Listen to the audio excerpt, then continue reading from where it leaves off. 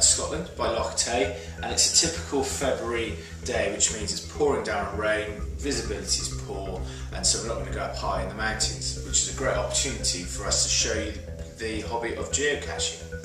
However you decide to do geocaching, the best place to start is at geocaching.com. Go there for loads of tips, advice and to find geocaches. On the website you can easily find where caches are hidden, and you can even hide your own. And then all you need to do is put in that information either into a GPS receiver or get a geocaching app for your phone. It really is that simple.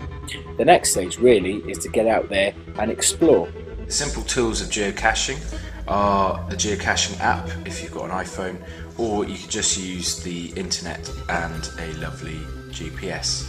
We've got a map because we're in hazardous terrain, and also don't forget you'll need the equipment you need for the terrain you're in. Here we are, a bit closer to our first cache, and we're just going to have a little bit of a wander. As you can see, we've got our waterproofs, and it's always important to be really equipped for the area. The most important thing, which my friend Alex is going to remember, is that you've got to have something to write with, some sort of pen or pencil, and that's so that you can leave evidence of the fact you were there when you find it. Now, for this one, I'm just using the geocaching app on the iPhone, although you could use your GPS receiver. So here's my friend Alex getting suited and booted, and if I ask him what's an advantage of geocaching on a day like today, mate? You don't have to go up high and do some tricky navigation. Absolutely.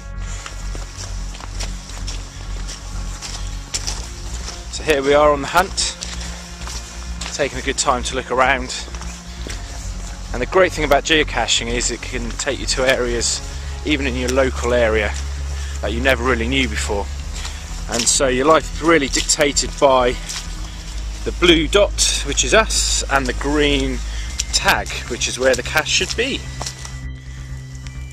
So we followed the GPS to this location, and we've had a little hunt around. Sometimes it takes a little while, and I think Alex has found the cache, so he's just going to look in.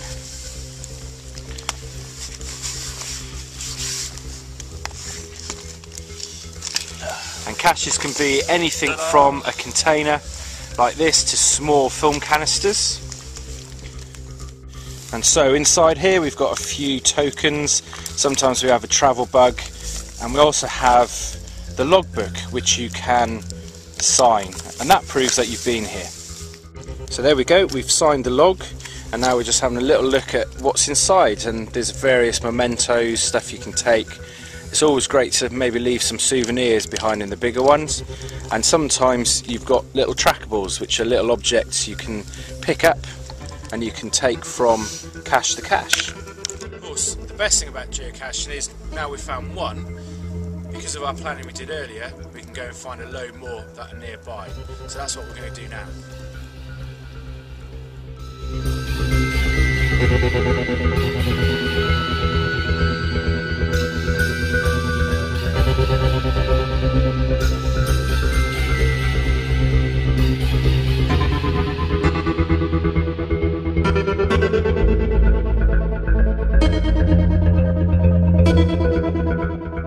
So here we are at our second cache of the day, and Alex is just checking through the logs. And this is what I was talking about earlier, about finding places that are quite amazing just through geocaching.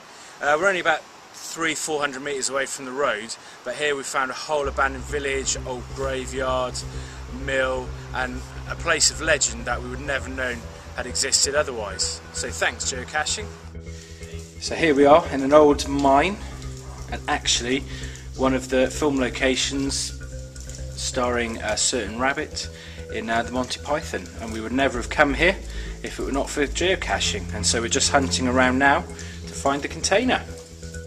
Now some caches are actually quite small, so this is the smallest type of cache, which is a 35mm film case, and believe it or not, this is what used to go into cameras. Now these are great because they're all around urban areas, as I'll show you in a minute. So here we are in Gorham by Sea.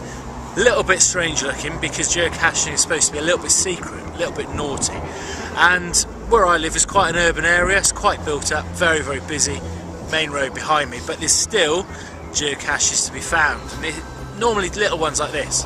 And this means that your school grounds, the area around your school is an ideal place for geocaching.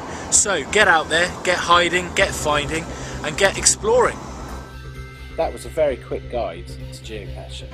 Remember, all you really need to do is log on to geocaching.com, get yourself a GPS receiver or download an app to your smartphone, and then just get out there with the right equipment and start exploring your local area. There's millions of caches worldwide. Give it a go, it's awesome.